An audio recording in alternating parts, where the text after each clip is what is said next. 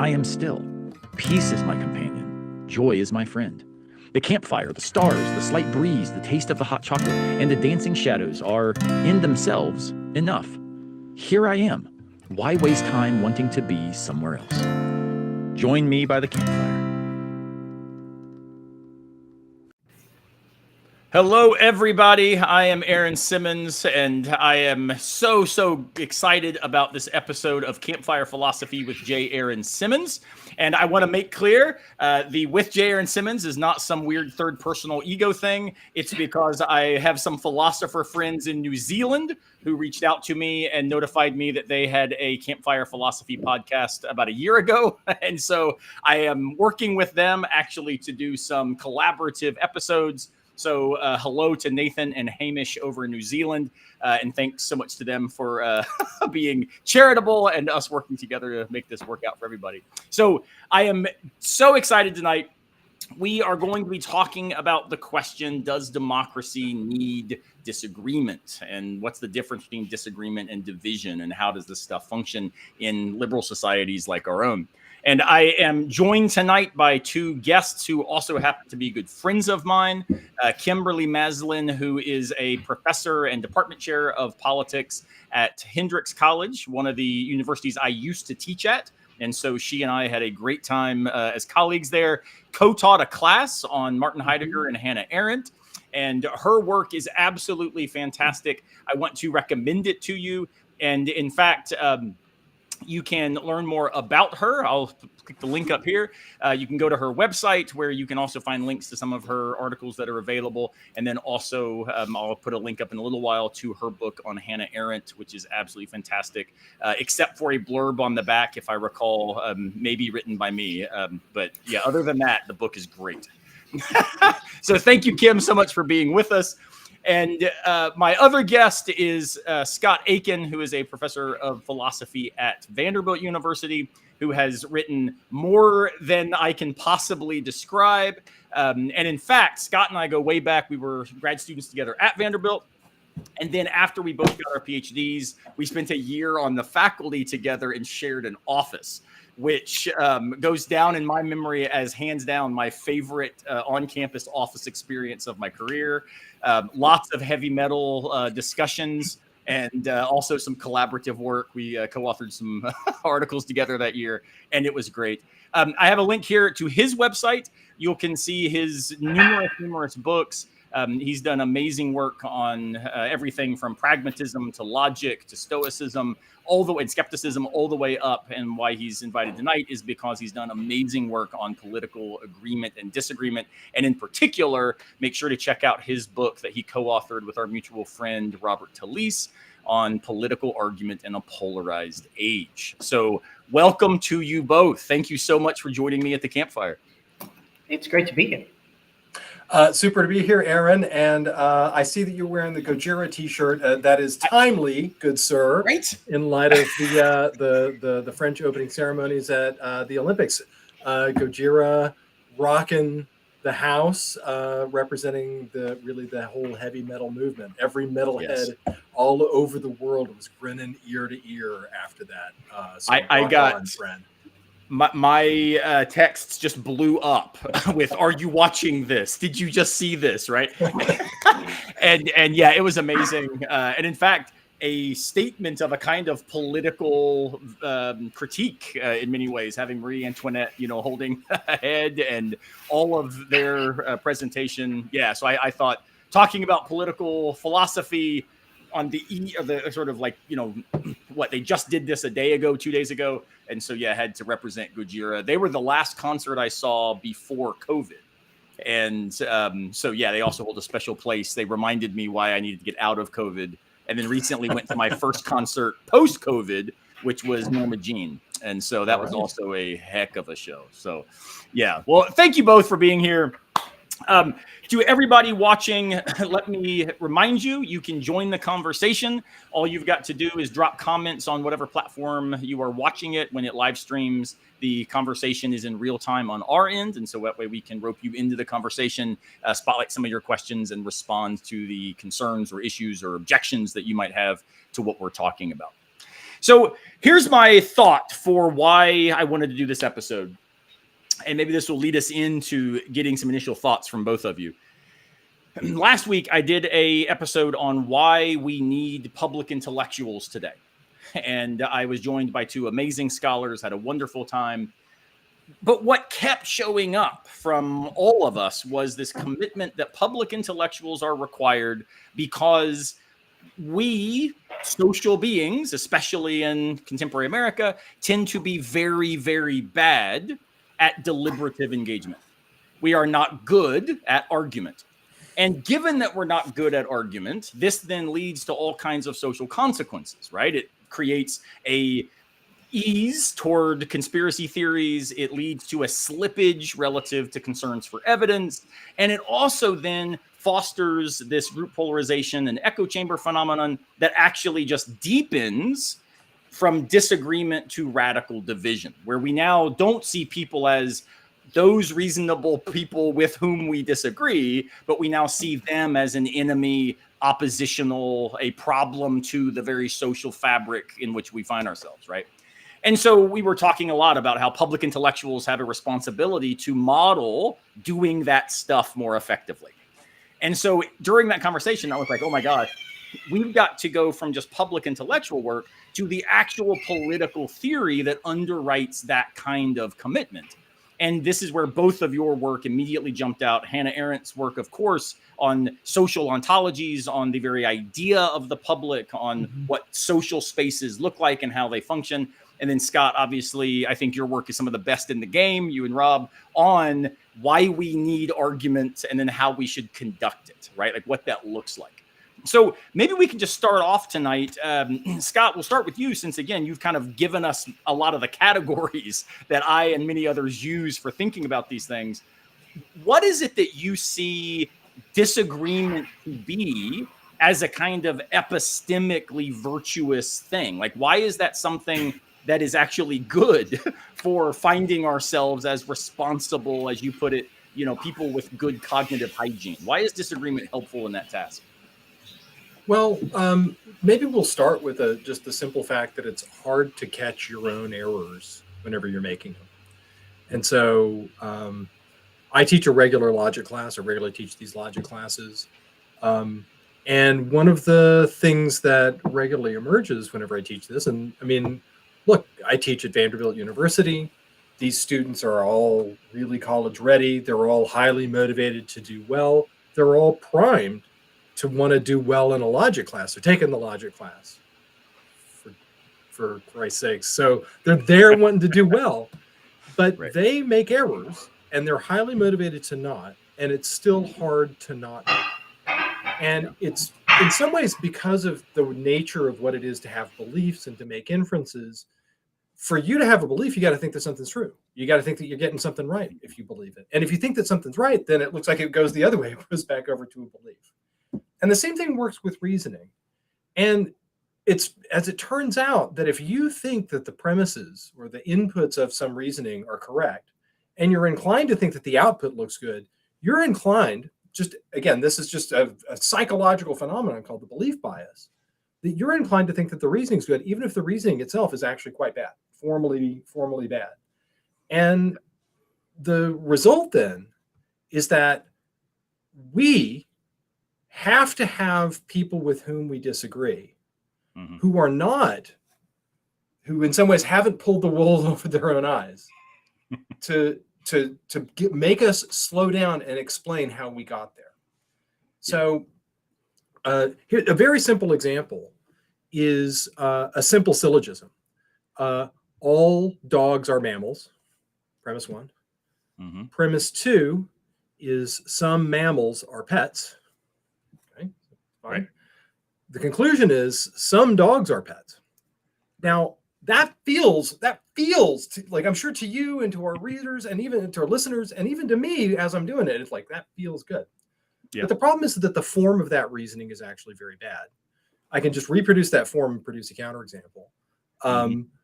All squares are polygons.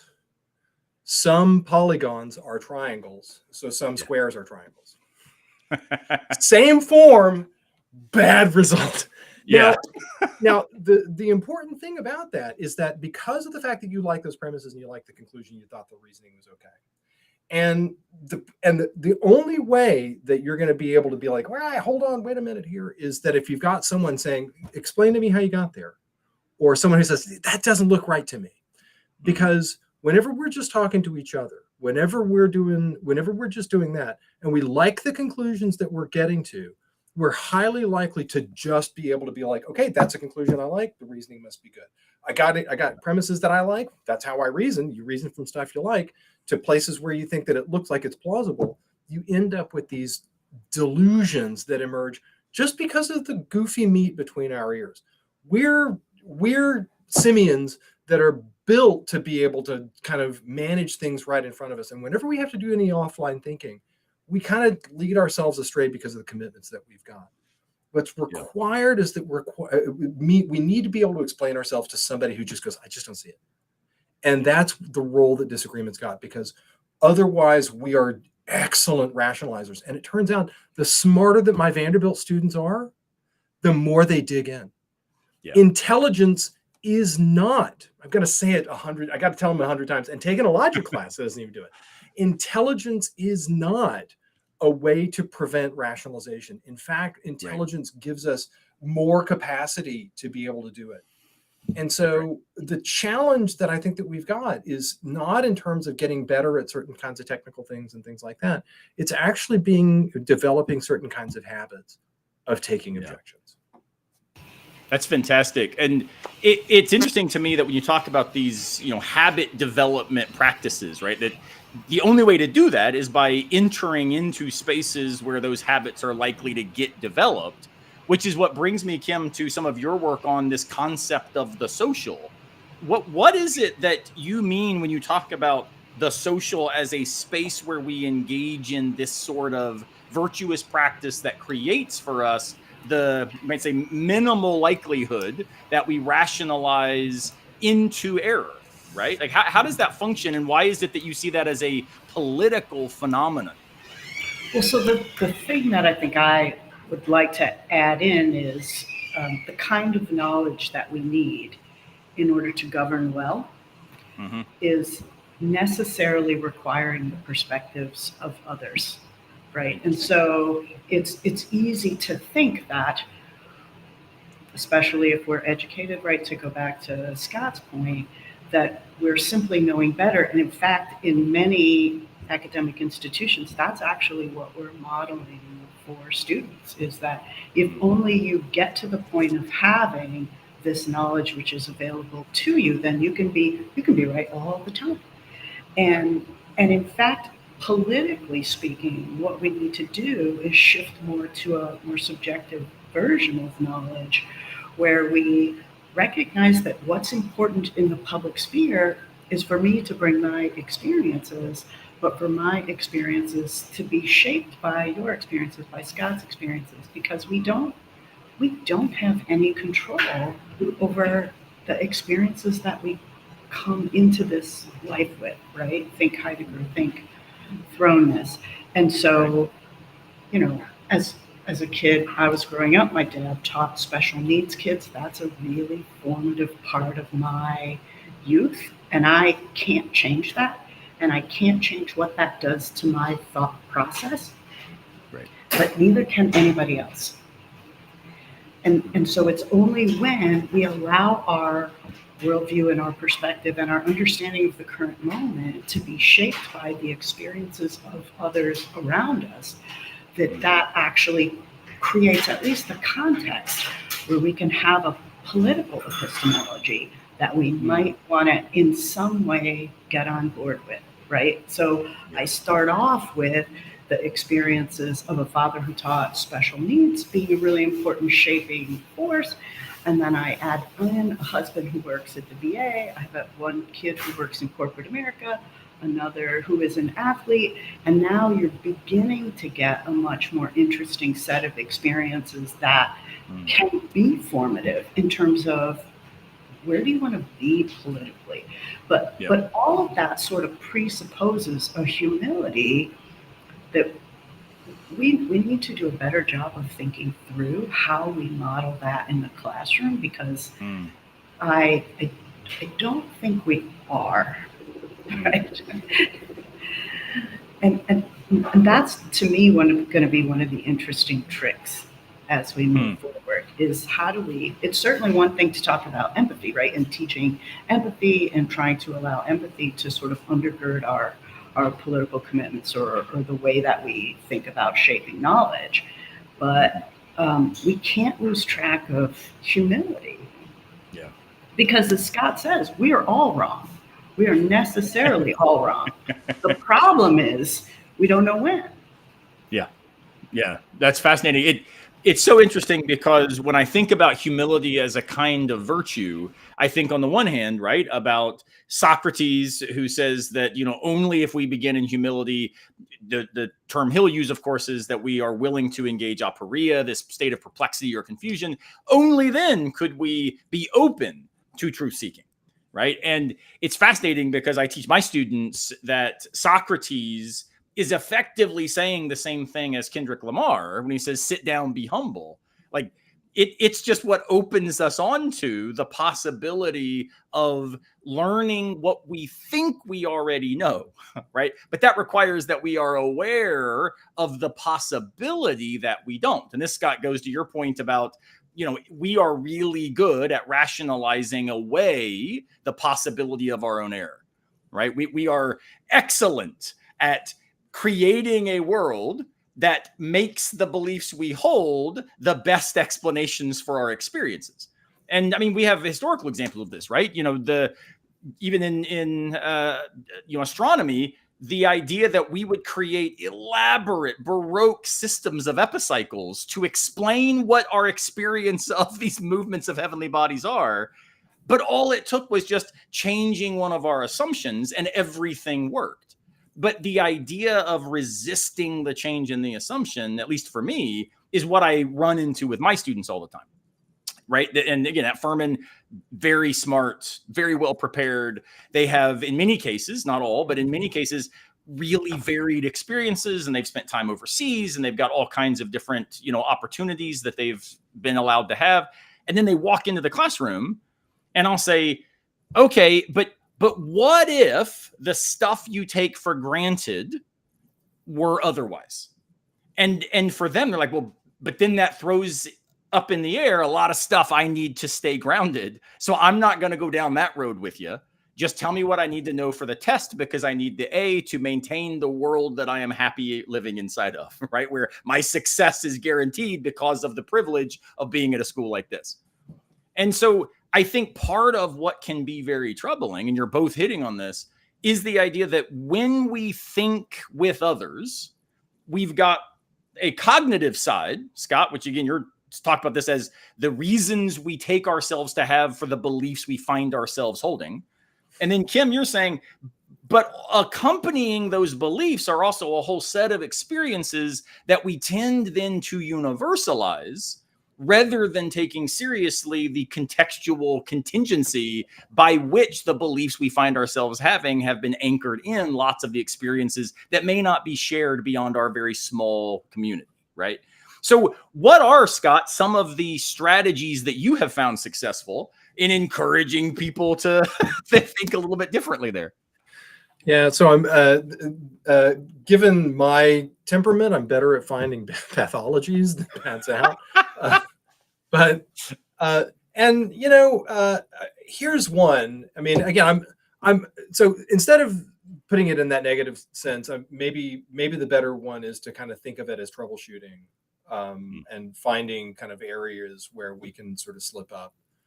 And notice, by the way, that we've taken an approach here that requires a sort of a default respect, a kind of a default open inquiry norms, a lot of inclusion strategies of saying something like, look, we're going to talk it out, right?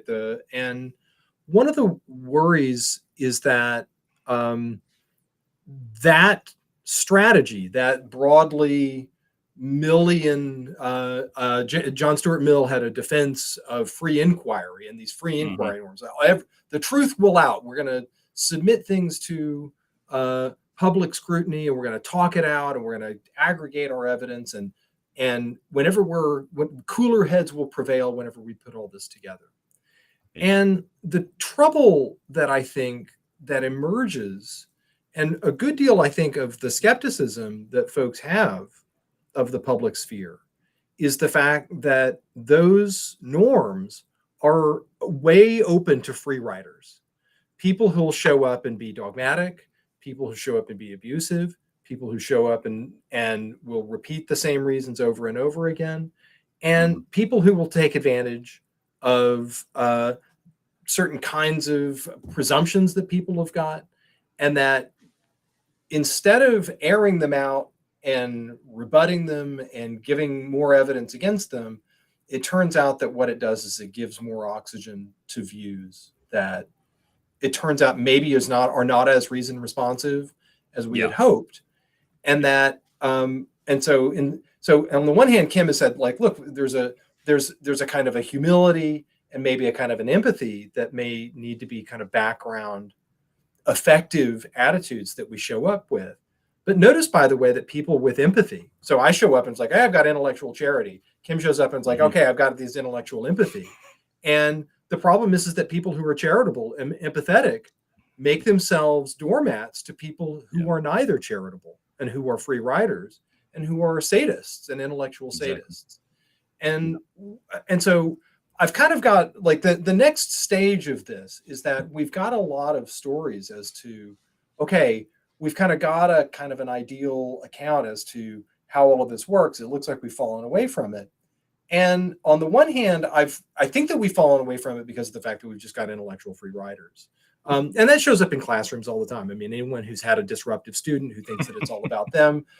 Sometimes you feed the beast, and like feeding the beast just makes it worse, right? Okay, so we recognize the fact that like a classroom can be a kind of like a mini little version of this. But the last part of it is that once we've seen that we've got these norms that would be great defaults, it looks like they are pervertible and free rideable. Yeah. Is the question I've got now is reasserting those norms and reinforcing those norms actually a good path back? Because I think that there are some kinds of pathologies and some kinds of illnesses that we can get where the prevention, the enforcing the norms that would have prevented it, no longer are actually paths back. So like a very simple example is a health example. Like we've kind of got, like we think about this like as a cognitive health thing. It's like, okay, like, look, you know, if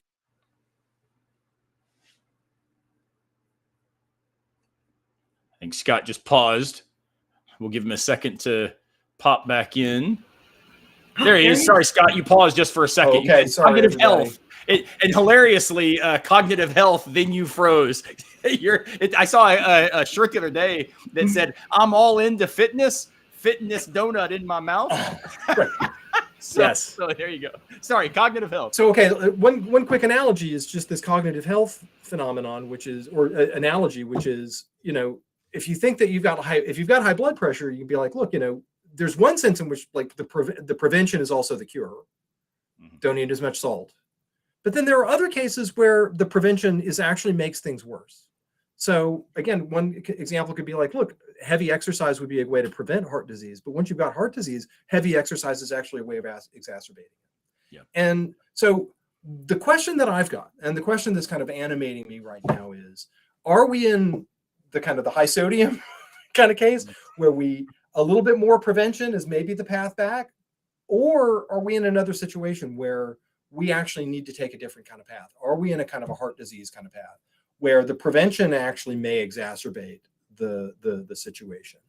And look, if the thought here is that like politeness norms are like a good way to, or maybe a good kind of conversational analogy, I'm inclined to think that politeness norms are an escalating phenomenon.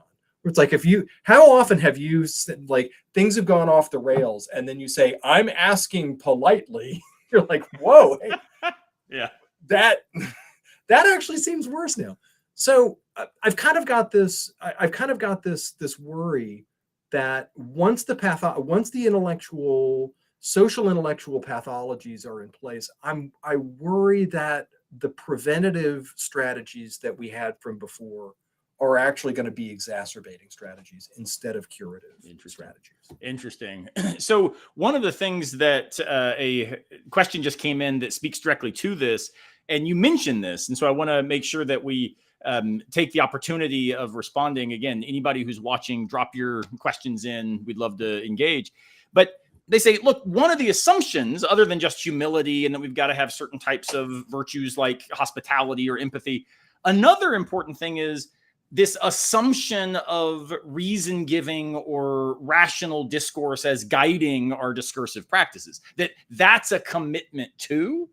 And that means, as you say, not all perspectives, not all views, not all claims can be considered equally, because some of the views that are then presented have manifestly problematic assumptions, or they may be operative in such a ways that they're actually making discourse less likely, right? If I enter and say, everyone who has salt and pepper beards clearly is irrational. Well, I'm now excluding certain members of the discourse in ways that are shutting down the conversation before we can even consider the reasons given for the views being held, right? So, Scott, before we then pull back out, and Kim, I want to get your thoughts on how this links then to identity. We've got a question coming in about that. But what does it look like, Scott, for reason to be a shared commitment?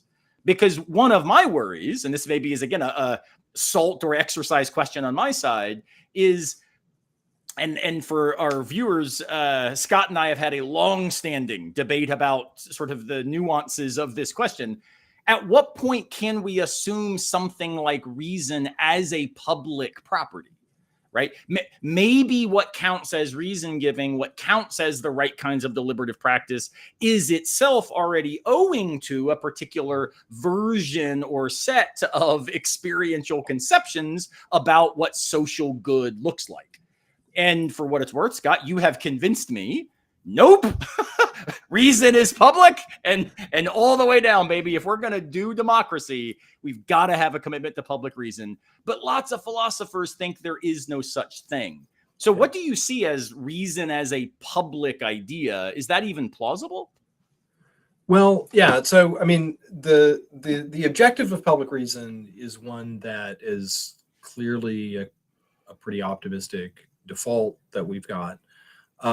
Democracies are sort of forged in disagreement. I mean, we really kind of don't need politics unless we have some disagreement. The question here is, how do we resolve it, and what's our path forward, and what are our procedural paths? So again, that's a kind of a realist attitude of democracy, but that's maybe a good place to start. Maybe one of the places to start with public reason is to really look at ways that we start with just the disagreements.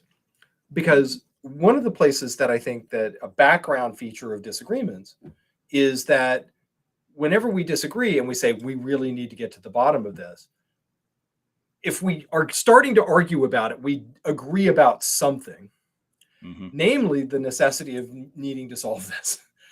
If we're going to be arguing something out, it looks like there's a kind of shared enough background for us to say, this isn't working. We need to fix something. There needs to be some path forward. And so we're recognizing, because there are plenty of disagreements that we've got where we just walk away. We're like, no sweat, right. I don't care, right?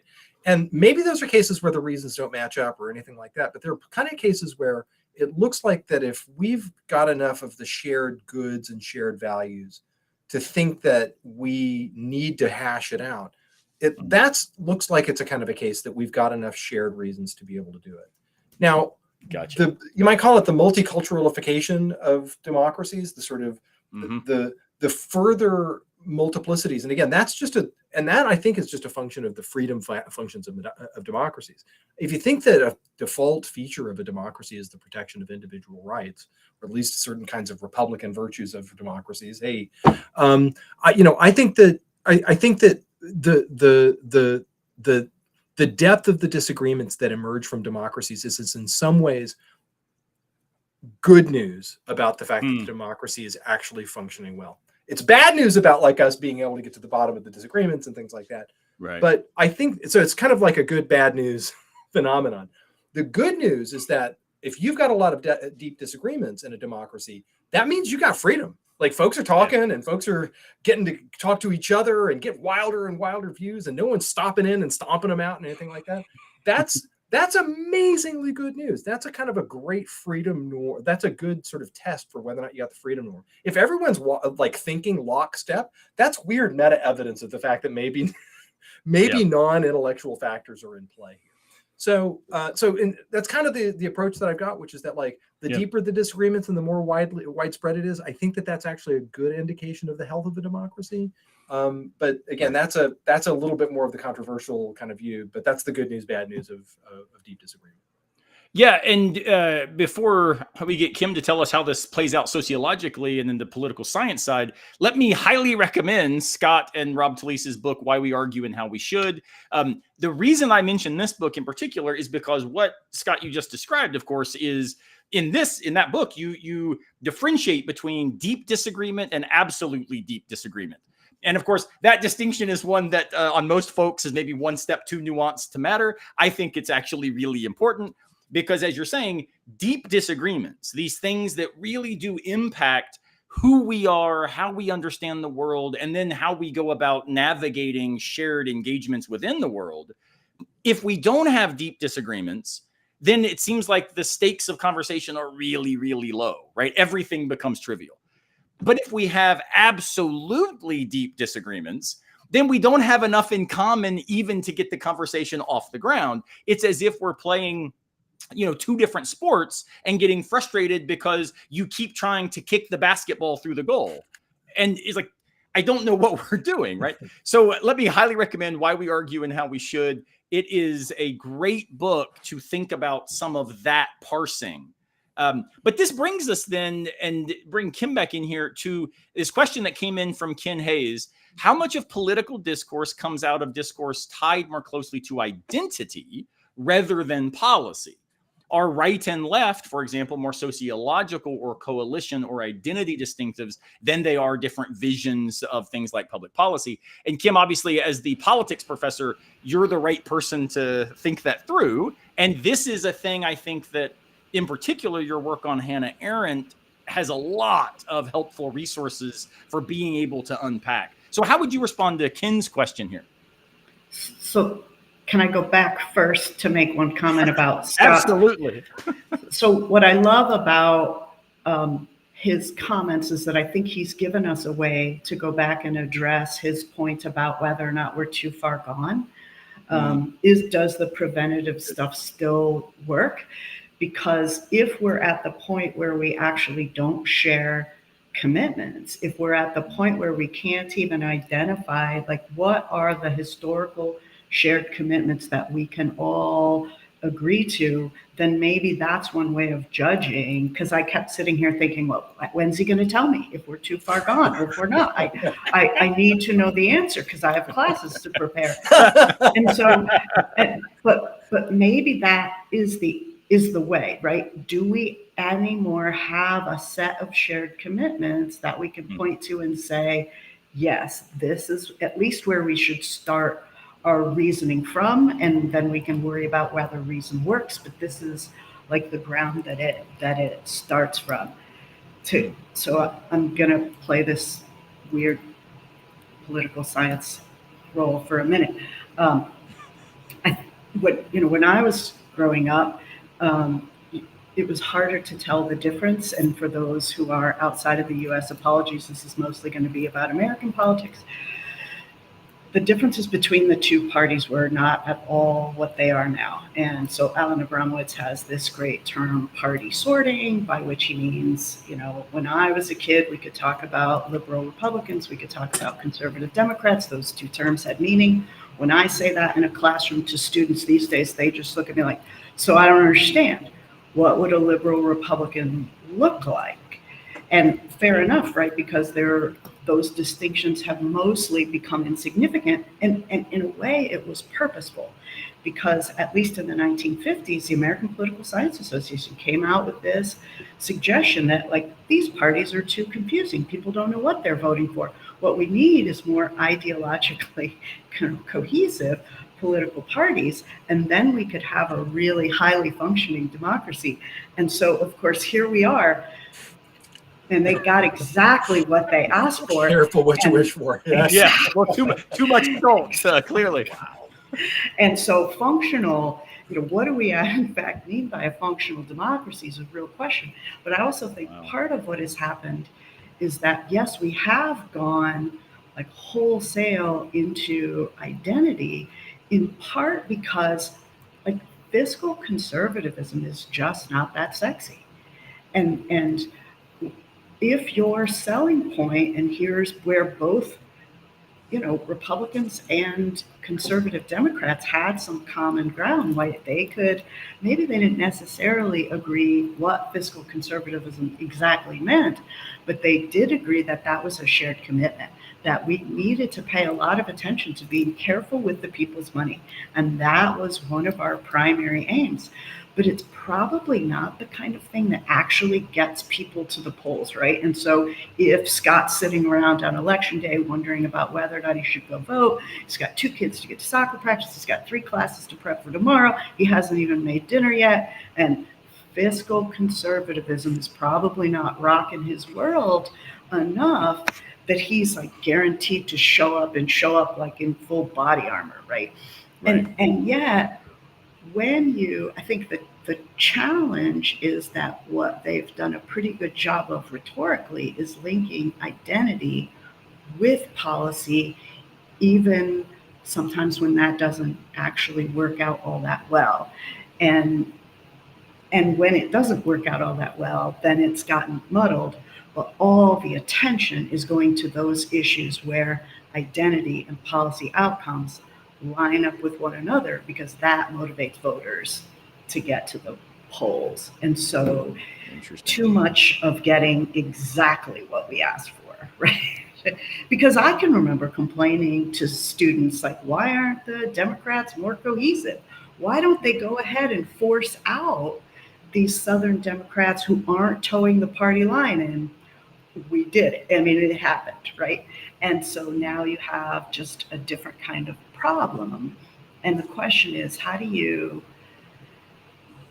I don't know. I mean, I think part of it is, how do you rebuild an agenda where people actually are able to kind of talk across difference? And at least part of my answer, because I'm at least as skeptical about reason as Scott, and I also recently read Monica Guzman's I never thought of it that way, is that maybe, and it links up with Hannah Arendt nicely, maybe experience is a better way to ground not only our ideological commitments, but also our discourse, because at least then you can't just grab onto an abstract concept and hold it so tight that you can't question it, right? And it gives you a way to even say to, let's say in my case, the son that I love dearly and disagree with, tell me a little bit more about the experiences that you've had that have led you to hold this particular view so dearly. Because I really do think both parties have shifted away from fiscal conservatism. And that's what we mean when we say the middle has dropped out. That was the thing that could connect us. But both parties have shifted away from it. And so there are a lot of people for whom that was, and still is, the number one issue, right? Let's talk to me about my taxes and what you're gonna do with my taxes. If that's your number one commitment, you're having a really hard time to find a place to land for at least 8 years, if not longer. So what do you then say? I got a question that just came in that said, but what about things like grudge voting, or I want to stop the other person, where then it's not so much what connects us unless maybe what connects us is a kind of disdain, right? Or a kind of dismissiveness toward a particular option. What do we say then for that? Because it seems like that might be a new, weird, maybe unhealthy, I don't know, version of coalition. Negative voting has always been a part of our politics. That's not something new. It's disdain, although that the disdain has increased. The disdain has in fact increased. But I don't think it's just disdain. I think it's also a vision for what we would like to see moving forward. And so disdain becomes your vision for what you would like to see moving forward scares the bejesus out of me. That's what I think you mean by disdain. And I do think there's an underlying difference in what our sort of ideal version of shared commitments becomes 4 years down the road, 10 years down the road, whatever it is. I don't know if that answered the question at all. No. So Scott, one of the things that I have argued in some of my work, which I know is kind of nonplussing to you, I don't even know if that's a verb, but it leaves you nonplussed. It is now. It is now. Right. My sister, who's an English professor and a religion professor, said to me once that the difference between what she does and philosophers is that we get to make up words and our peers say yes instead of the peers saying no. That's not a word. Right? So here's my thought as an existential philosopher approaching political philosophy, which is a lot of what I've done in my career. If we lean into something shared, like the human condition as defined by vulnerability and relationships. Like this is a thing that is true for all of us. It's the condition for the experiences that we do not hold in common. The reason they're not in common is because we have different relationships and we have navigated our vulnerability in different spaces. Part of why what's called standpoint epistemology, of course, has been so influential over the last 20, 30 years is because it's taken seriously. Well, what about those whose vulnerability is more presciently social? What if we listen to those voices, the views from the margins, in ways that then inform things like policy? But ultimately, my reading of all of this is if we take seriously something like the human condition as an existential equalizer, this does not get us over disagreement in problematic ways, but it anchors us in the sense that all of us share something really, really profound. Namely, we are aging, we are going to die eventually, and we are all scared of stuff that connects to that. And it turns out, I think that that's actually a lot when it comes to what I share with another person. Maybe that's not enough for, agreeing about immigration policy or finding a way forward, but it might be enough for not immediately seeing my interlocutor as irrational or immoral, because I can see in them the very kinds of intuitions that define my own experience at its most basic level. So why is it that maybe that existential view isn't enough?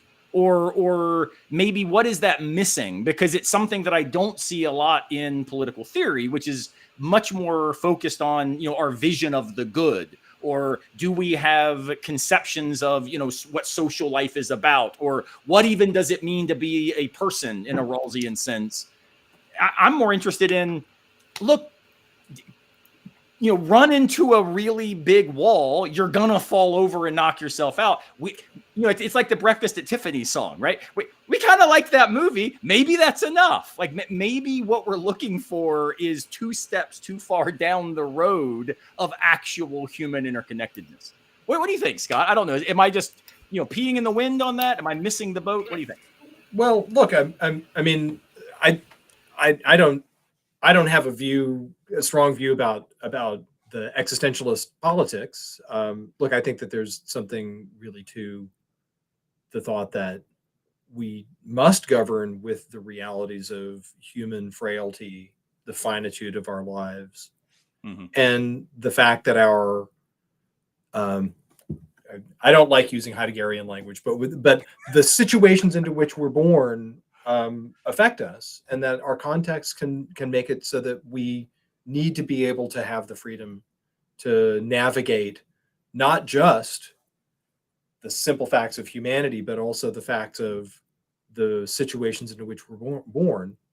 One of the challenges I, as just a flat-footed liberal, have is that I think that thrownness is, again, I'll just use the Heideggerian language. I'll just jump in. I just think that thrownness makes us sort of think too strongly in terms of, yeah, you've got a community and now you've got all these obligations internal to that community, and that burdens you in a way that I think that, again, I, as a liberal, am like, yeah, you may have obligations, but they're not ones that the state should enforce.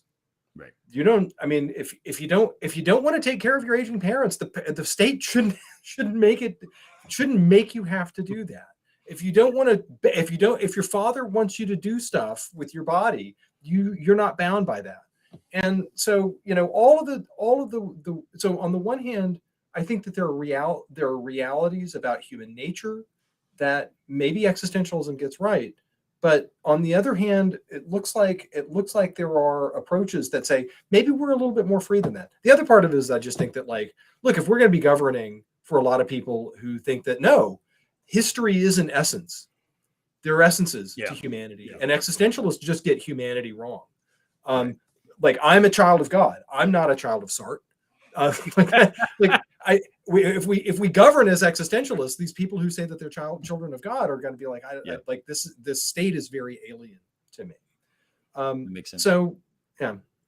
Yeah. Well, before we go into our break to thank our sponsors, I am sure that there will now be T-shirts coming out with the camping logos that then say, child of God, not child of Sartre. So we'll make sure to throw some kickback to Dr. Aikin whenever that happens. So let's take a quick break, and then we're going to come back and dig into both some more policy-specific questions. Ranked voting, is that helpful? And we'll also look at some issues that I want to draw out from the political philosopher Chantal Mouffe, who's one of the most influential on my own thinking when it comes to her conception of agonism. And I want to think through what that means, because as I'm sitting here, Scott, I'm thinking, man, I also kind of agree with you about all these liberal intuitions, but I land more in a Mouffian space, which I do think has a little bit more, shall we say, existential awareness. And maybe that's good, maybe it's not. So we'll be right back in just a second. Let me thank everybody for being here. Again, drop comments in the live stream wherever you are, and we'll bring you into the show. We'll be right back. I hope you are enjoying Campfire Philosophy. I would like to take a moment to thank Planksip for sponsoring the show. Daniel Sanderson is the guy behind that media outlet, and he is a fellow lover of philosophy. So if you get a chance, head over to planksip.org. That's PLANKSIP.org. If you sign up for their ideal plan and use the offer code AARON, that's AARON, you will get 50% off for the first 6 months. Free book publishing and lots more. Go check them out. And thanks so much to Daniel and Planksip for sponsoring Campfire Philosophy. Now, back to the show. All right. So again, thank you so much, planksip.org. Everybody go check them out, doing amazing stuff, modeling what we talked about last week in public philosophy. And they also offer an amazing resource for people interested in what we're talking about tonight, the idea of deliberative engagement, bringing ideas to a broader public, receiving critique, thinking about your conceptions in the way that they invite, you might say, everyday philosophers to find an audience. And so I highly recommend planksip.org. Thanks to Dan Sanderson for all his support and encouragement getting Campfire Philosophy with J. Aaron Simmons off the ground. Go check them out. Use the member code CAMPING or Aaron. Either one will work for 50% off. So thanks you so much to them. All right. So let's think in terms, let's get a little bit more theory, and then let's get practical. Theoretically, Chantal Mouffe is my... Oh, sorry. Kim is jumping in. Yes. I want one question for Scott. So what if our shared political commitment is that everyone should be able to take herself up as a project? And so the political obligation, or the obligation of the state, is to create the possibility Each individual can take herself up as a project. Sounds liberal. Yeah. So, I mean, there's a kind of a default autonomies, default self-creation program. Notice, by the way, that even starting there still is one that I think, again, I'm just trying to put myself into a certain kind of mindset, which is that if we are producing selves that are projects of what, that's the other puzzle. It doesn't. So yeah, I think that one of the worries is that, like, it's a sort of a hyper individualist approach. I think that's, in some ways, I don't have too much of a problem with that in terms of just an approach in terms of being able to make policy and in terms of being able to limit what kinds of things we make obligatory. But the last part of it is that it's harder then to be able to explain what it is that we owe to each other. And because if we're taking ourselves as projects, again, the thought would be like, if ourselves as projects is the prime mover here, what exactly is a political norm if we've got that? And I mean, again, I'm kind of struggling to think that, like, if this is a justification for the political norms, I'm not entirely sure what a political norm is there, if it's grounded on that. Now, again, maybe that's just a sort of an answer that every liberal's kind of got a version of this problem. But maybe there's something to that project. Again, I like the proposal. I'm a million in this regard, so it's like, I like that proposal. I'm down with that.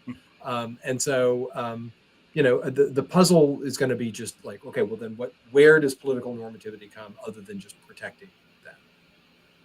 And so, just to respond to a couple of these questions that are popping up, I don't think that means just you in the state. I think it means part of the business of the state, which is to say the business of us all, is to investigate barriers to taking oneself up as a project, as part of the business of the state, right? And so this is another one of the ways that I think you could conceptualize a commitment to human rights, right? That human rights are that which allows us to take ourselves seriously and to at least have some self-authorship, if not, I don't necessarily think autonomy, but to have some self-authorship. And so it makes the investigation of the barriers to self-authorship the business of us all. What do you think about that, Scott? I mean, one of the concerns that I have with, we might say, a Heideggerian approach, when I say existential, of course, I'm thinking more a concern for what it means to be a being like us, navigating a social space as constitutive of our experience.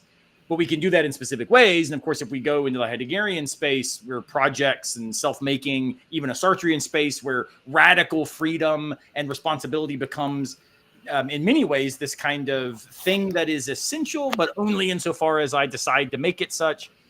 Part of the worry can be that it does lead to maybe a really thin, it almost like it moves toward not just a thin theory of the good, but almost a radically minimalist conception of the state, right? I mean, Yeah. Nozick starts sounding very Heideggerian. Yeah. So I think that there might be one extra element to it, and again, I'm just hypothesizing now in terms of where to take some normativity here, because one of the other elements has got to be something like a publicity norm of those lives. So we might say something like, look, if we think of these as sort of self-creation programs, one of the ways that self-creation can be most responsibly done and most effectively done is that if you might say something like, know some FAQs about those lives, right? Where it's like, look, it would be really great if we had more information about the styles of life that are around. So we'd say, okay, look, we think about a liberal state. as ensuring lots and lots of experiments in living, and in some ways protecting them from each other and intruding on each other, and kind of treat them in some ways as experiments. It's like, okay, well, look, the experiment next door shouldn't get in the way of the other experiments, and so on. But there needs to be a publicity requirement. They need to be sharing their results. They need to be talking about the ways that they've been successful, or the ways that they've been unsuccessful, and at least by their own rights. And in this regard, I think that there may be something a little bit more robust. So again, I'm now getting drawn, like we're talking to each other and kind of drawing something out here, that that there are going to be certain kinds of communicative and epistemic norms that emerge from it, that are about, again, a kind of a publicity story about, like, here's a life that works very well.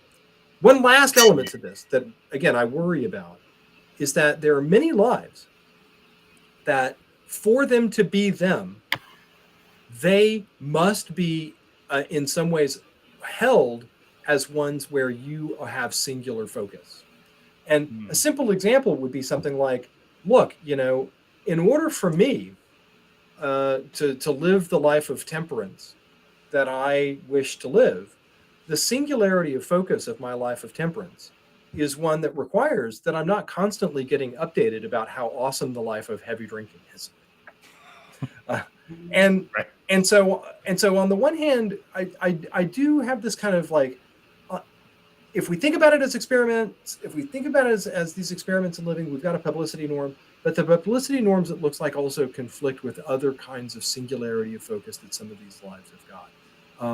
And the question is whether or not we think that those publicity norms override other norms. So this norm question is what I think, for me, always throws me back into a Mouffian perspective, right? Where Chantal Mouffe, in a book that has really deeply impacted the way I think about democratic deliberation and democratic politics, called The Democratic Paradox, she argues that antagonism is deeply detrimental for a functioning democracy, where we hate each other, we act in opposition just because we're oppositional. It's the whole, it's something that I might do if somebody is a Florida Gators fan. I will act contrary to their interests just because I am a Florida State Seminoles fan. Like, this kind of antagonistic stuff. Or, my goodness, as a Toyota truck driver, like Jeeps, gross. Like, so if we operate at that level, the idea of a shared engagement around something like public goods, even if disagreement continues, becomes an unlikely project. And so the normativity becomes, how can I anchor myself and reinforce the isolated boundaries of my group, build ourselves up in ways that allow us to destroy the opposition, so that then our vision of the good becomes now socially normative without opposition, right? Like, antagonism leads to a very, very authoritarian norm within a supposed democratic space. But she says, if we, instead of antagonism, think of agonism here is the sense of deep disagreement continues, but that deep disagreement continues in the context of norms like, I take really seriously that your life is one where you should be able to pursue flourishing. And I take seriously that your experiences might be different than my own. And so I've got something to learn, even if it turns out that at the end of the day, I still think you're wrong. Right? That these commitments to each other's well-being is not a theory of the good in any metaphysical sense, but simply an agreement to what it looks like to share a community together. And this is what then allows for really important disagreement to be actually the point of democracy. So for Mouffe, anything like a middle way politics, or, the kind of Tony Blair or Bill Clinton, hey, let's meet in the middle and we'll all find consensus around some key stuff. She's like, this is a really bad political strategy, because what it ultimately does is says the hard stuff, we'll just not focus on that.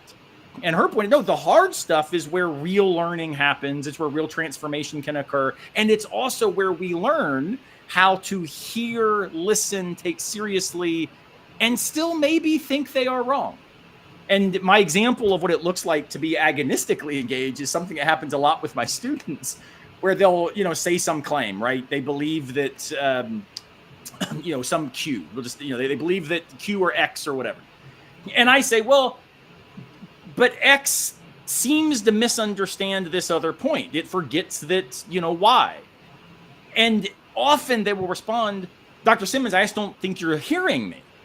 And my response is, no, I'm hearing you. I think you're wrong. Like, it's possible to really understand your view, really take seriously the reasons you have for it, not think it is unreasonable to hold that view, but think that it's the wrong view to hold. And that kind of agonistic engagement is one that I think is robustly missing in a space where we think, if I disagree with that person, it's because they represent not just a different vision for public life, but they represent a vision that is rabidly unjust, radically immoral, and maybe even inhumane, right? So how is it, to either of you, how is it we can maybe maintain the norms of deliberation, whether or not we agree with public reason as a, stable idea? We can maintain these norms while saying, look, some disagreements don't get to raise to the level of public discourse in productive ways. So, for example, Scott, your instance of the person just touting the virtue of drunken stupor. Well, it seems to me that there are probably really good social reasons for thinking that's not a view that we're going to allow to get much social traction.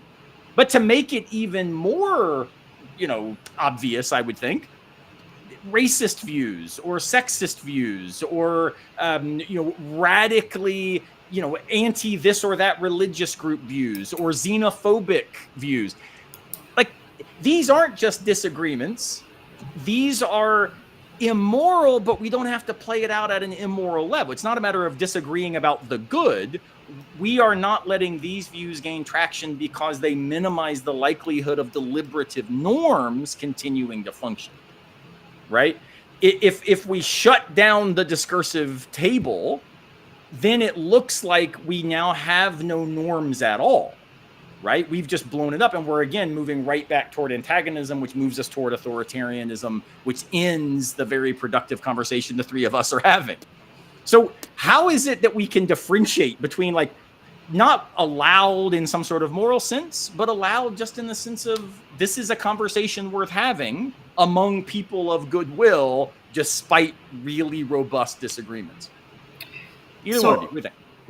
One possibility for the difference between antagonism and agonism is that in the case of antagonism, or in the worst case scenario, you are so invested in thwarting the Gator fans that you actually will harm yourself in the process, right? You will actually disadvantage your own ideals in order to thwart the Gator. So you're willing to inflict self-harm in order to harm your opponent. And so I think, that's one way of conceptualizing how you slip from one to the other.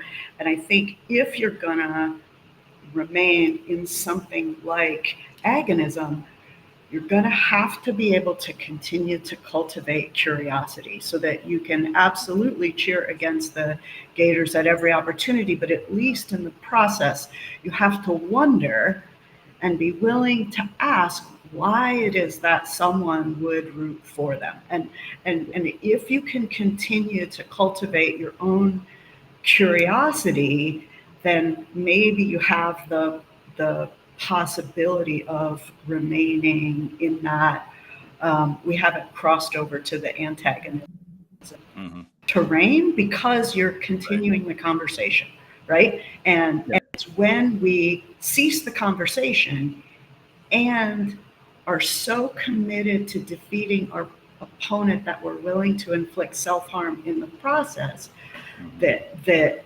then we've gone too far, as maybe Scott would have said earlier. And Scott, for you, it reminds me of a kind of Rortian approach, which I know you would not like, but understood as a sort of infinitivist sort of justification, right? That, look, the conversation continues so long as there are questions that are relevant enough to keep having it. Justification is still required. But when do we say, well, yeah, there are people running around, asking for justification for moral equality of all humans or something.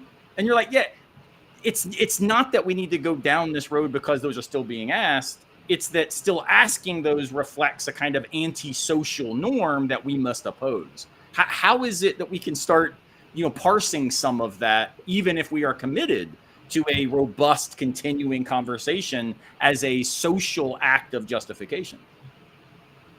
Well, so I'm not inclined to do any line drawing here, but one of the challenges is that some of these norms are written into constitutions. I mean, so it's like, look, we're running a state where we're bound by a constitution. If some of these reasons are ones where it's like, yeah, we need to redo a constitution. If you want to have that conversation, start winning elections. Until then, let's be bound by the rules that we said that we're bound by. So that's one of the benefits of constitutions. Founders were wise in a lot of ways. That's a good place to start. I think that the next one is one that I think is in one of the challenges that I think that I have as both a theorist and a participant of arguments and democracy and things like that, is that I regularly have this double vision where I will see some pathology or I will see some debate. And so Nashville just had neo-Nazis marching all over. They came to my children's and my wife's synagogue and they were there. And I was like, and I, as a theorist, it was like, this is an amazing moment. And then as a person and a inhabitant in a household with and raising Jewish kids and so on, I was like, this is a nightmare. And so I think that part of this is recognizing the ways that certain investments in the projects, I think Kim rightly said, self-construction, and that these projects have got to maintain a kind of inner autonomy, but also recognizing how fragile they are and ways that we've got to have protections for those. And again, ways in which some kinds of projects are noxious in ways that make it so that others can't have those lives.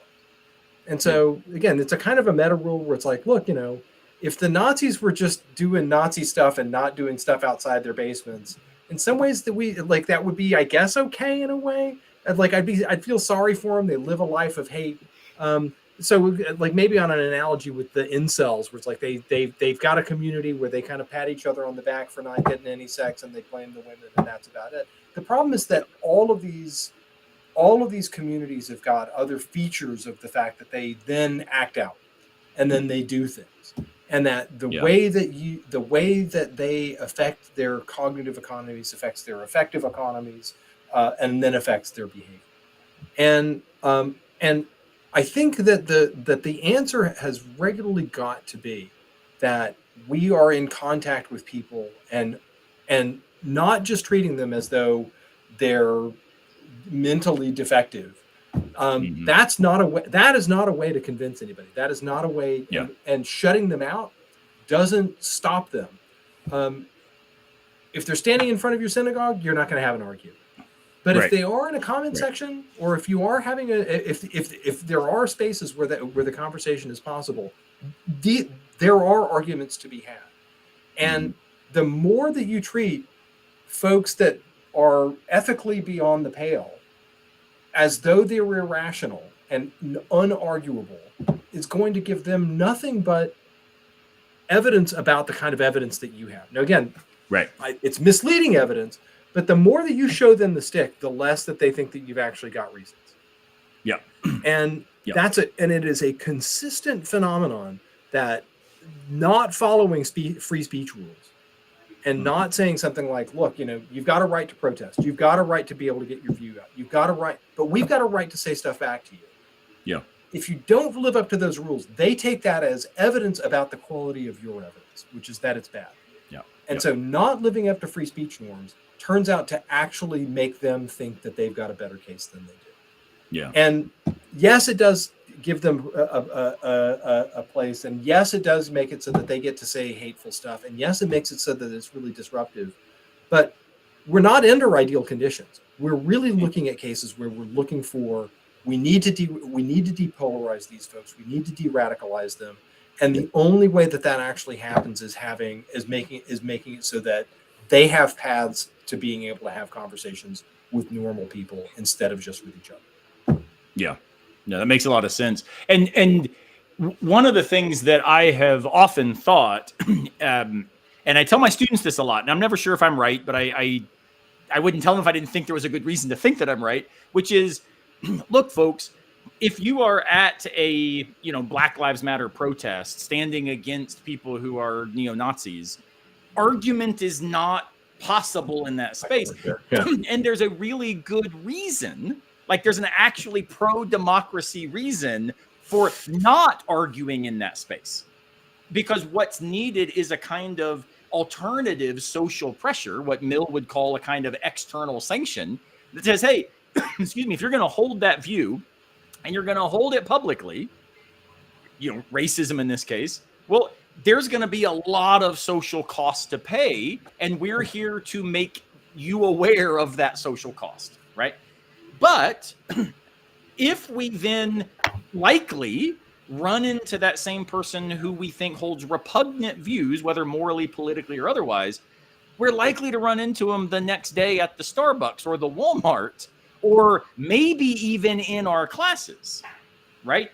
In those spaces, now how then do you engage that person? Well, one option is to say, no, I've already decided you are no longer a participant in this discourse.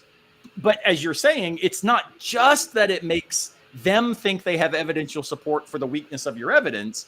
It's also, I think, that they now can, even if wrong, they can reasonably conclude that you are the one who is modeling the vice of which you're accusing them. That's exactly. Right? Like, so they now have this weird, distorted moral self-righteousness, even in the context of an epistemic and moral failure. So finding opportunities to say, maybe the way, like the norm I want to lean into is, let's just get better at philosophy. Like actually doing philosophy well is a really good thing, and it's super helpful, right? Philosophy saves democracy. That's right. That's a very anti-Platonic thought, but that's okay. Well, for what it's worth, Scott, I about 3 weeks ago, right after the presidential debate, wrote a op-ed that didn't get picked up in any of the papers, so I published it on my Substack, and it was a open letter to Biden. And what was so interesting to me about doing this is I wrote it by appealing to Plato's critique of democracy slide to tyranny. And the idea was the way democracy slides to tyranny is because we begin to set aside things like deliberative give and take, and we instead reinforce our own vision as the only option that is reasonable within a democratic space. This then gives rise to a strong man who stands for that view, rather than all of us being equal participants in complicated social discourse, right? And so the whole idea was, Biden, you need what Aristotle calls friends of virtue to tell you to step aside, man. Like, in the name of your own commitment to democracy, we need you to bow out of this one. And of course, no one picked it up. But I still think what it looks like to be really committed to the good of democracy, whether, as a social vision, For some, it's I think a moral vision. For others, it's an epistemic vision, which is the way I read you and Rob's work, that democracy is a kind of epistemic ideal of self-regulating individuals who are able to give and take reasons from each other. And that view means that we've got to then cultivate not just norms, but actual habits by which the selves we bring to the public square have already been marked by things like, the cultivation of deliberative virtue, but also, practices of having to navigate views with which they disagree. And so one of the things, this is where I, in my liberalism, might sound to some as, something else. Part of why I think college campuses need to be spaces where we say, look, you don't have a right not to be offended. You have a right to respond and say, that's a view I find offensive, and here's why it's one that I think we should have social opposition to. Like, we do better philosophy, right? And that encouragement is something that I think needs to then get run downward. This is my shift into policy, right? Let's start allowing something like philosophical training as a democratic mode of existence be something that we're doing in elementary schools, right? This can be something that we are running downward, not just in critical thinking ways, though that would be a step in the right direction, but the idea of saying, hey, all the way down, second, third, fourth grade, there's a lot of stuff we just need you to hold as true. 2 + 2 = 4 in the vast majority of cases we know of. Typically in mid-sized objects, the law of physics work this way, right? There's all kinds of things that we just say, hey, learn this. It's what lets our bridges not fall down. But we also can do stuff in those spaces where we say, what are assumptions you have about the world? What would it look like if you held different ones? And guess what? There are people around the world who hold different ones. And that kind of practice, which somebody pointed out that said, in our multiculturalism, right? The fact that we are what Mouffe would call a radically plural democracy, or Rawls would call the fact of reasonable pluralism, there's lots of different views. And yet what I think we do is we teach people, because we don't want the conflict, we train 3rd and 4th and 5th graders to think, just toe this line, hang with this group, you don't have to worry about conflict. And then that creates this sense of what some scholars will talk about as a sort of fragility move, which can be patronizing, but I also think can be profound, where we take ourselves up as so fragile that we think the only way to care about my cognitive hygiene is not being around the people who hold those views that give me plaque on my good thinking. And yet, what you're saying and what Kim you're presenting and what Mouffe articulates and what Rorty suggests and what we find even, I think, in Plato, radically diverse political and philosophical thinkers they all will suggest we're better when we actually take seriously the stuff we think is wrong.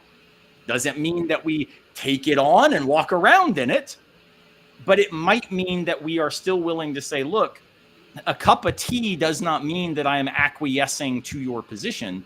It just means that I am treating you as the kind of person who I think is worthy of the sort of space that we call democracy. It's like what I once heard, Scott, you may remember this actually, Linda Zagzebski, big name epistemologist and philosopher of religion, was giving a talk at Vanderbilt. And she's a theist, and so had been giving a kind of new argument, not for the truth of theism, but for sort of how to make sense of theism as a rational option. And one of the Vanderbilt professors basically raised his hand and said, look, I just don't think you're even open to the possibility that atheism is true. And of course, there we seem to have this kind of radically deep disagreement, right? And they're just standing in opposite sides. Her response was freaking brilliant. She said, I'm entirely open to being shown that I'm wrong about this. I just don't think you've got the time, right? Which is such a good move, because it's saying the only way that would be possible is if we have a lot of coffee together, because this is something that is a deep commitment of mine. It's not just a peripheral belief. And so if we're going to be asking each other to rethink those deep views, we've got to recognize that they are not likely to be just abandoned because I gave you a syllogism. And that's also something important about understanding how democracy ties in to identity. There's all kinds of views that we hold that we just think, like that's one that you're probably not going to convince me of, but we should keep talking. You and I've talked about theism and atheism for 20 some years. Neither of us have convinced each other that the other is right. And yet I teach your books on atheism in my classes all the time because I think it's the best account of a view that I actually find mistaken, but not because it's irrational. And for what it's worth, it's the book I recommend to my students who come to me and say, I'm an atheist. I'm like, you know what? You need to read views that allow you to understand the cognitive respectability of the view you hold. You don't just need to hear my voice, because you need to have mentors in thinking who also can live into the truth of what it is that they're claiming that you take seriously, right? That ways of life really do matter. So all that to say, thank you, Scott, for where we disagree. I can appeal to you. Kim, you and I disagree about even some of how we read Heidegger and Arendt and what this looks like, but I can send students to your work and say, look, don't take my word for it. It's like reading Rainbow at a higher level, right? Don't take my word for it. Try this on, see what you think. There are really good reasons to think even what I'm suggesting is but one of the options available. And that's something I just think that we don't do very much of, Mm-hmm. Mm-hmm. So, well, let's get practical then. So I'm going to throw out some ideas. Some of them have been coming in comments, and you all tell me what you think about these as practices for moving us in the right direction toward productive disagreement, not antagonistic division. What about ranked voting as a mode of recognizing binary decisions are rarely actually the decisions we have to decide between? We're almost always deciding among. So would something like ranked voting, Kim, function, you think, as a way of promoting deliberative engagement rather than I'm on this or that side? I like ranked voting. I think one of the things that we have to consider is that ranked voting is but one step, maybe in the right direction, where we can get some more moderates to be serious players in this system. We still have the problem of basically being a two-party system, which is in part dictated by these single-member districts that exist at almost every level. So I don't know that in and of itself it's enough, but I do think we should take seriously anything that moves us in the direction of getting more moderate voices in our representative institutions, because that's how you start to build that common ground back. Yeah, which is, of course, not to say that what we need is a moderate vision of politics. It's just that we need moderate voices so that the options don't look like such a divide among extremes. We can actually say, no, there are a range here, and that keeps us from falling into the space where only my way or irrationalism, which I think is an important thing. Because I think a lot of people, when they talk about moderates, it's like, oh, let's just be wishy-washy, or what we want is just that kind of wimpy middle. You're like, no, we want the extremes to be real options rather than just a dichotomy. And there's nothing wimpy about the middle. I mean, the middle is a really difficult position to hold because you have to negotiate with people on either side of you. That's really hard work. And you have to be able to articulate the differences between where you are in the right and where you are from the left. And I don't know if you love this question as much as I do, but should the Democrats have an open convention is, of course, something that I've been thinking about for a couple of weeks now. I love this idea because I really love the notion that we need to see democracy in play in real time instead of just being sort of handed two different options. That I would love that. For what it's worth, fully support the Open Convention. I've argued for this publicly. It has not met with, shall we say, widespread support from the communities of discourse in which I engage on social media. But I love the idea, because everything people saw as like, oh, this will weaken the candidate, or having the opposition will draw them down. For me, it's like, no, if we think it weakens them to have to make better arguments for the views they hold, then we've already let democracy die. And then all this, narrative of the end of democracy from the other guy, it turns out we're just killing it more slowly, right? Like there has to be a vision of, we are made better when we are having to navigate real opposition in reason-governed ways, right? Yeah, Scott, I also think it strengthens. Yes. What do you think about this then, Scott? So I mentioned doing philosophy at lower levels. You and I, all of us have raised kids. Do you think that philosophy is something that can be deployed in ways that become sort of more of a public social practice, a kind of Deweyan approach to education? Is that maybe a way forward towards the sorts of virtues that you see? Or do you think, nope, there's really good reasons we teach them geometry and we do philosophy when they're 20? What do you think? Yeah. So I think that philosophy is good for you, but I share Aristotle's worries about philosophy. I think that philosophy can make you weird if you're not ready for it. I think that all of the worries that, I was a director of undergraduate studies for 10 years here at Vanderbilt. I got lots of calls from parents saying, little Jimmy's coming home as a vegetarian, and like, is this going to make him weird? It's like, vegetarian, like coming home as a vegetarian makes you, that counts as weird. But one of the other things that I think that is a contributing factor for our political malaise is maybe my best shot at sort of, it's not just that we're fractured. It's the fact that, like, we're tired of being fractured. Like, the one thing that we do agree on is that we hate the way that we are together. And it doesn't look like a national divorce is a thing that's doable. And the problem with divorces is the fact that, like, there are people who get left on one side in the divorces. So I think that philosophy is a place where we can think hard and we can develop all sorts of skills that maybe aren't even intrinsically political, but are ways that we think about ourselves and the things that we care about and so on, that are no longer politically salient.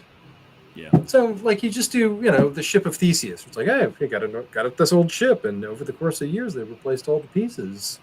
Is it the same ship? And, all these Republicans are going to be like, well, the Republican answer is like, there's no Republican answer to the ship of Theseus. There's not like a liberal Democrat answer to the ship of Theseus. Mm-hmm. And notice something wild about that. Where it's like, because the thing that bothers me is just like how much of my thinking I feel like has been done for me in some of these kind of places. Yeah. It's fun. One of the reasons why philosophy is fun. Folks will often give it the back of the hand because it's like, oh, it's the fun. It's like, no, it's fun because you are exercising muscles that are not places that someone else has already defined as to what you're supposed to be doing. You're not just jumping through hoops and then just graded on whether or not you successfully jump through the hoops. You're just kind of developing your own voice. You're not trying to fit in with somebody else. Philosophy classrooms often have like that weird thing where it's like someone shaking their head in the background and you're like, okay, well, right. So that happens. But one of the interesting things about it is that, like, no longer is your political identity, whenever we're talking about the ship of Theseus or about you just fill in so many of these other philosophical puzzles where it's like political identity isn't relevant, or you read somebody who's just so weird. I had a class where I was teaching Aristotle, and one of the students was like, asked me, and we were talking about Aristotle and moral norms and political norms, and they said, was Aristotle a Republican? It's like, that is just the wrong question. What? Oh my God. Like, wow. And so all of the ways that, like, hey, we're thinking about stuff, and it's like the longer that we can delay the ways that our skills are going to pay these political dividends to sort of win our case or like defend the people, right? Yeah. If the less salient our identities are, yeah, the less we are going to be having our thoughts made for us, yeah, the more likely it is that we're actually going to have a genuine interaction. And the more likely it is that we're then going to have laid groundwork enough to actually be able to then, A, have a decent conversation about the things that then are matter. Yeah. Yeah. And I think that the puzzle for us is that like is the sort of the retreat of us, the retreat of a shared like a feeling that we've got a shared fate. I mean, yeah. the old Robert Putnam bowling alone thing was like, oh, like all these bowling leagues, where'd they go? And like that was years ago. Like that, like when we were like, oh, the bowling leagues are gone. You remember the halcyon days when we were worried about bowling leagues? Right. But it seems like that's accelerated where it's like, look, I feel like I know how you vote depending on like what kind of coffee you drink. Right. I feel like I know how you vote just by looking at what kind of car you drive or, what it's just so many ways in which those political identities become salient. And one of the things that alienates me about even myself and the way that I see it is just that like how much of my thinking, it feels like it's me. It feels like I'm doing it. But how many of these things are really just these social pressures working on us? Yeah. And I feel like philosophy is a place where we liberate ourselves from that.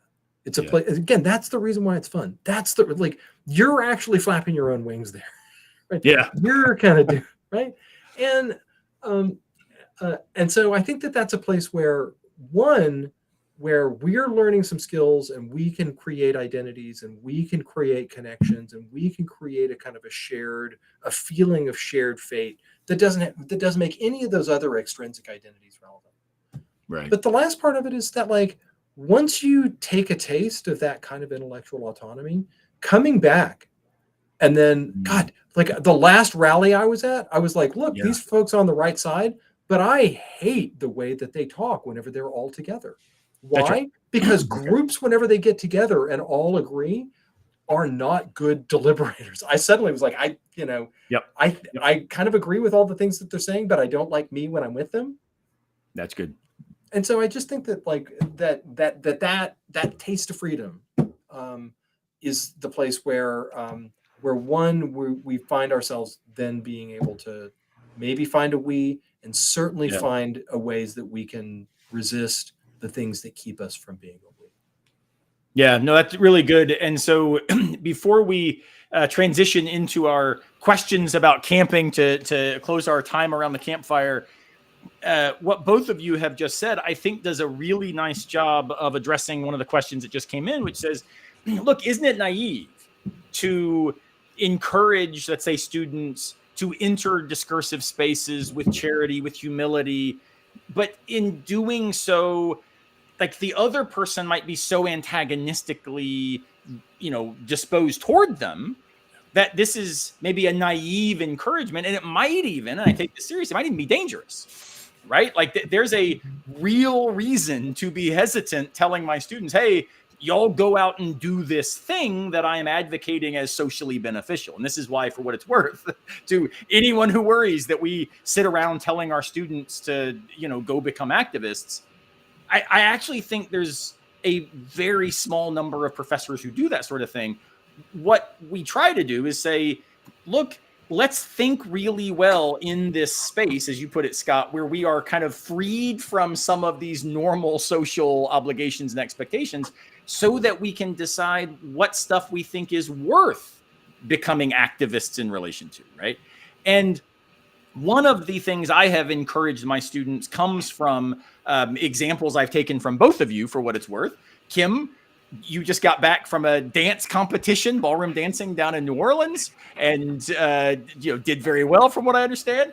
Scott, you and Rob both have argued in various ways, hey, when you go home at the holidays, do not talk politics with your family. Like, go out to eat and watch good movies. And maybe what we need to avoid these political identities from overriding our existential essence or whatever is the fact that we play softball together, or we are part of a bowling league, Or it turns out we can be Gojira fans and disagree about politics, right? Like when I'm at a metal show, my goodness, like now there are some metal bands I won't go see because I take them to be leaning too far in directions I want nothing to do with. You know, Golgoroth, like not going to be there, but it's entirely amazing. When I took my son, he's 14, we went to see POD and Norma Jean, and it was an intense show. We got there early. We're on the front row against the barricade, all of the pits like pushing against the back of us, right? The lead singers are like putting their foot out on the barricade and sort of like directly above us singing, and in that moment, every single person was not only singing together, but converging together in a weird set of social norms. If somebody goes down, stop, pick them up, right? If somebody's taking a head dive, make sure you do not split, hold them up. Like all of these amazing, like real relational concerns played out, and our agreement was these bands rock. Hell yeah. Like that was enough to be there. And then when we walk out of the show, none of us were saying, yeah, but who'd you vote for? Well, wait a minute. What's your view about public health, right? We walked out and we're just like, woo, did you get that drumstick? Nah, but I got a guitar pick. Woo! Like it created such a sense of community around something else.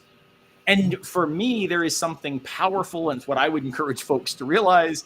In order to have those difficult conversations over coffee and tea, it is important that we also realize there is a lot of other stuff that we share. We still can be Florida State fans and disagree about politics. We can be Gojira fans and disagree about all kinds of other stuff.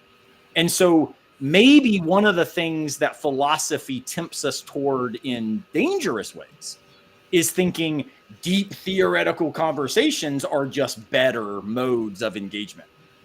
And it turns out, I think, in lots of ways, just being in a church softball league might be a better mode of engagement in lots of cases. And so just not thinking there is one way to go, there is not this overly intellectualized answer to everything, I think actually is itself a pro-democracy vision.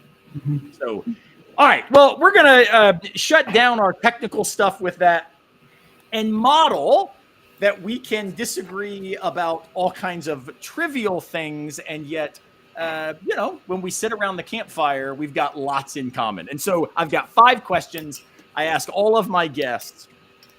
The first question, Kim, then we'll go back and forth. Beach or mountains, Kim? Oh, mountains. Easy. And it turns out that's the only right answer, and anybody who disagrees is irrational. So it's an appropriate antagonism. Scott, what about you? Mountains or beach? Yeah, I'm wearing a Hawaiian shirt, but it's mountains. I love it. And I know you do a lot of backpacking, and so it turns out that Scott and a group of us that were all at Vanderbilt together have been for years trying to find freedom from the requirements of everyday life to be able to get on the trails together with our backpacks and sit around campfires. All right, number 2, Scott, we'll start with you. When you're around the campfire, are you a hot chocolate, hot tea, or coffee drinker? It's hot tea. Hot tea. I don't need the caffeine in the evening, even if it's been a rough day. Caffeine in the evening, so it's got to be a light tea, prefer not even caffeine. I got to get my rest. Got to get my rest because we got miles to go tomorrow. So. Miles to go, many miles before we sleep tomorrow. Very, very cool. All right, Kim, hot chocolate, hot tea, or coffee? If it's evening, definitely a decaf tea. Before noon, the coffee is awesome. Nice. But you did leave out red wine. So it turns out I had a guest like 3 weeks ago. Where's the whiskey here? I said hot coffee, hot tea, or hot chocolate. And she goes, wine. I was like, okay. So it turns out that is a legitimate 4th option. I love it. All right. Number 3. So you're around the campfire. Other than s'mores, what's your favorite thing to cook or eat around the campfire? Kim, what'd you say? So mine is weird. I really like what we used to call a walking salad. It's peanut butter rolled in cabbage, or cabbage rolled with peanut butter on the inside. They called it a walking salad when I was a kid at summer camp. I've never heard of that. That's fantastic. I'm Googling that the second that we're over. That sounds amazing. I don't know if it's a real thing, but we had it at summer camp when I was a kid. Oh, I love it. Hopefully Google will give me something that just sounds like cabbage and peanut butter sounds awesome. It sounds way better than my tortilla, peanut butter, and banana, which I take on my mountain bike rides and stuff a lot. So, yeah. Sad sack sandwich. That's right. What about you, Scott? I'm a hot dog guy. I just love a hot dog. I burn it, like have it be crispy. If you're backpacking, you have the ketchup packs that you stole from McDonald's that you stopped at like a month before. You're like, I'm going camping. I need to take some hot dog. I need something for my hot dogs. So I'm stealing the extra ketchup packets and putting it in the bottom of my bag. And a couple of them broke, and so they're a little bit sticky. But you get one open and then get it on the hot dog, then you eat it, and it's crispy and it's amazing, and the bun is squished. Oh, yes. That's living. Love it. That's living. Love it. It's so funny. A mutual friend of ours, James Bednar, he and I were backpacking together about 2 years ago.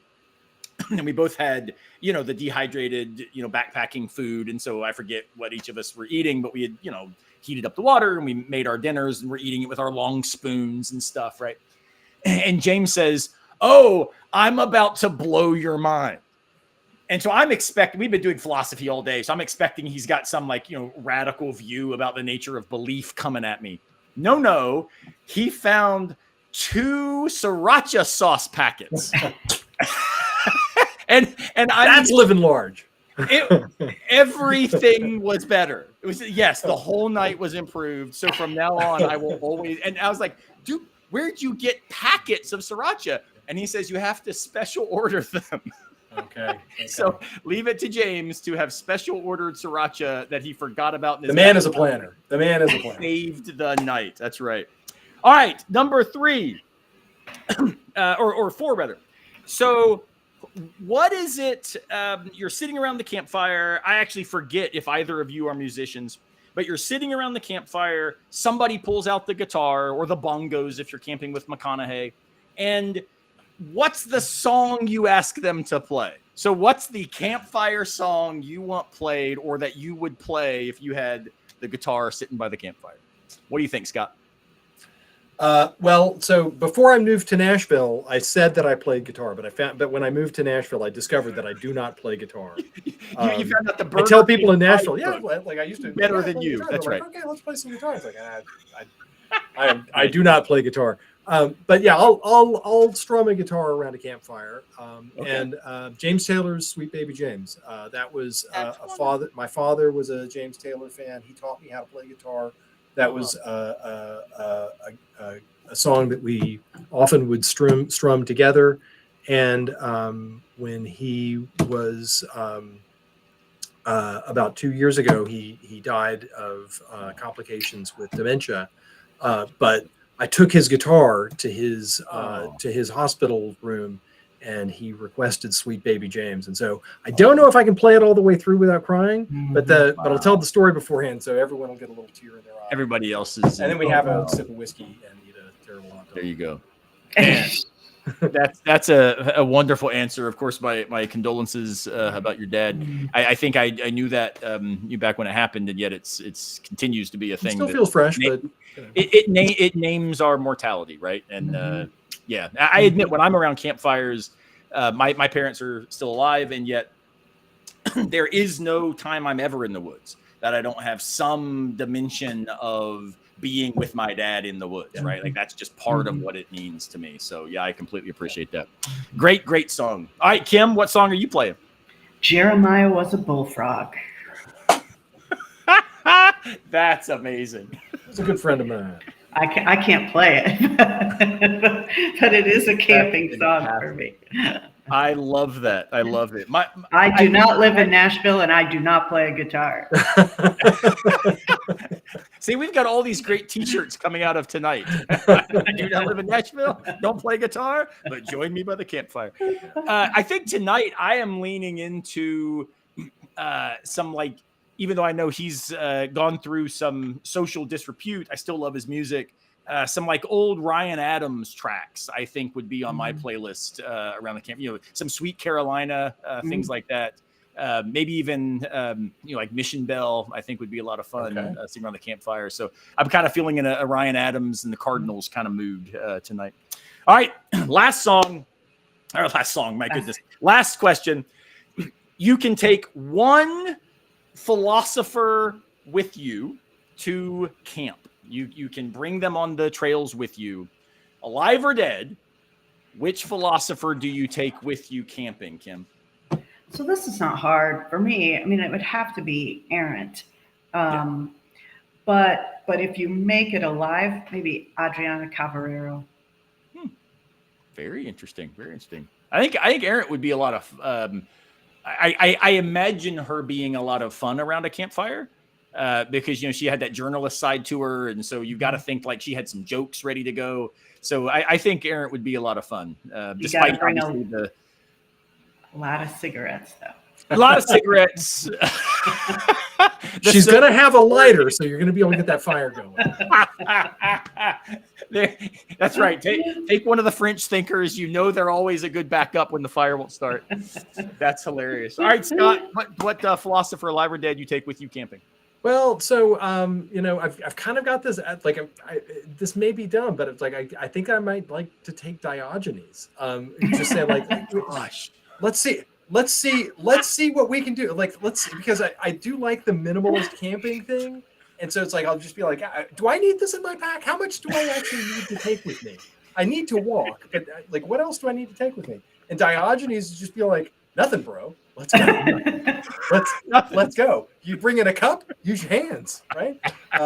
So I wonder about Diogenes. It does get in the way of the drinking hot tea. You can't drink. Diogenes can drink the water with his hands. You can't drink the hot tea with his hands.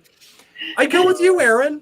I want to go with you. Hey, can you come? We've got to make this Let's happen. go, man. I'm so ready. There. I'm so ready. I think Diogenes might be my favorite answer so far. Okay. All of the things that I'm thinking about what would happen, like just how silly that could be, right? But for what it's worth, I think tonight, I've given different answers on different episodes. I think tonight it's the Vanderbilt crew that we have not yet gotten together. I want all of us out on the camp trails together. You got to do it. Yeah, be amazing. Well, thank you both, Scott, Kim. Thank you so much for being here. To everybody that has been joining on with us, it's actually hilarious when I am able to see the kind of views throughout the night. What started happening, and we're now I think like 4 or 5 episodes in, is the views really spike in like the last 20-30 minutes, because I actually think more people are interested in our questions than the conversation that gets us there. So for all of you who have hung around, I cannot tell you how much I appreciate it. Be sure to check out Kim Maslin's work, Scott Aikin's work. It's fantastic. And if you get a chance, drop over to my own website, jaronsimmons.com, and see the stuff I'm working on. And you can get a copy of my new book, Camping with Kierkegaard, which is available there. And also make sure you check out my Substack, which is simply Philosophy in the Wild. I do 2 posts a week. This morning, actually, for paid subscribers, I did a post about the theme song called Storybook Love to the Princess Bride, and talked about ways in which philosophy can help us unpack some of the Princess Bride, occasioned, I should note, by just having seen Carrie Elwes in sort of live performance a couple days ago. And it was pretty fantastic to hear him tell stories about the 16-second fart that Andre the Giant let rip the first day on set. Like that was well worth the price of admission. So to everybody, please go over Philosophy in the Wild on Substack and then jaronsimmons.com. I would love to get connected with you and hit the trails of life together. To everybody else, We will be back next Monday at 7 for our live stream of the next episode of Campfire Philosophy with Aaron Simmons. And in the meantime, all of the episodes are available both on my YouTube channel, Philosophy for Where We Find Ourselves, and also on any streaming platform. The audio goes up about 3 to 4 days after the live episode. So on Spotify, you can find all of the past episodes. This one will be available Thursday or Friday. And thanks again to Dan Sanderson for all of his work getting that stuff put out there. And remember, planksip.org is an amazing resource. They sponsor this podcast. Please go check out planksip.org and make sure that if you do get involved there and you meet Daniel Sanderson, tell him thanks so much for sponsoring Campfire Philosophy with Aaron Simmons. It is truly an honor to work with him. He has been an unflinching supporter of public philosophy for a long time, and I'm honored to have gotten to know him recently. So thank you all. And so we're going to close out tonight. I hope to see all of you next week on another episode. On the trail, for hiking with me a few miles more, for casting out your line into waters in which we both stand, for dropping in at the top and fist bumping me at the bottom, and for coming camping with me and Kierkegaard. Our time together has been so very worthy of my finitude.